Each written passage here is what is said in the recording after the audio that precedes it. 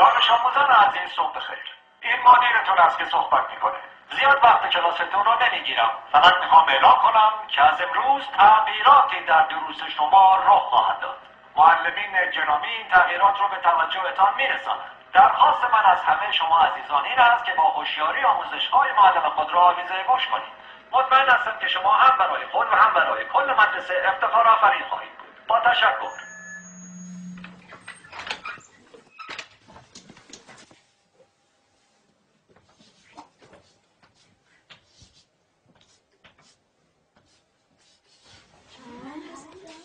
ساکت.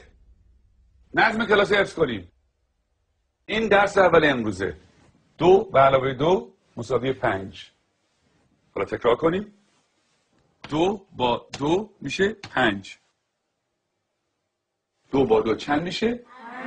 5 میشه. بلندتر.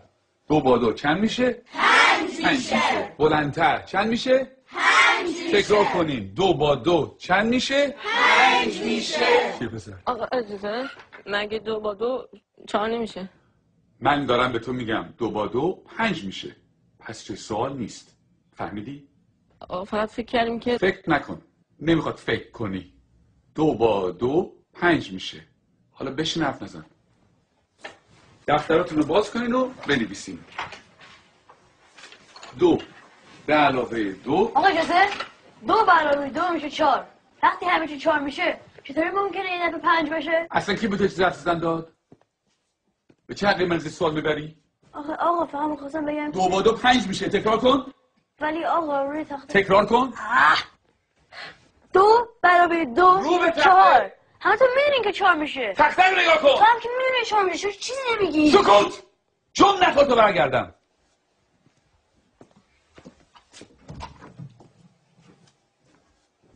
چکشی بابا میخوام همونجا در سر بندازی. خیلی عصبیش کردم یا پدرشو در میاره.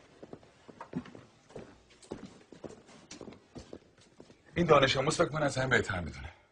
خیلی روش زیاده. بگو ببینم پسر 2 با 2 چند میشه؟ آقا اجازه 4 میشه آقا. شنیدی؟ باورتون میشه؟ این دانش آموزان از ممتازترین دانش آموزان مدرسه‌ان. الگوی این مدرسه‌ان. یه ذره از اینو یاد بگیریم. بگیم اینا 2 با 2 چند میشه؟ آقا اجازه 5 میشه آقا. آفرین. اینجا پسر.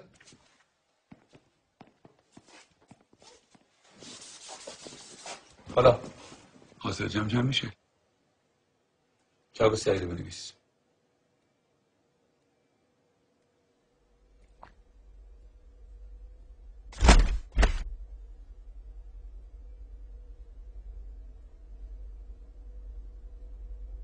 این آخرین فرصته.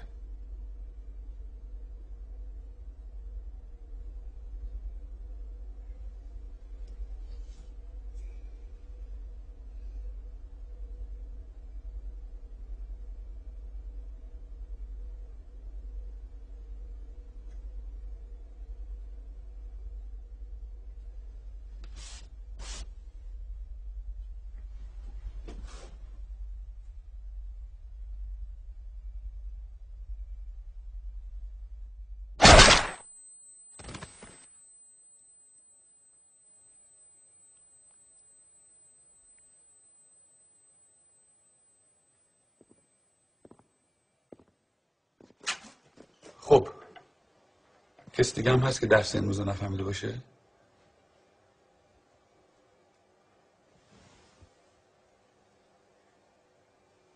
نگاه کن. بریم بیرون.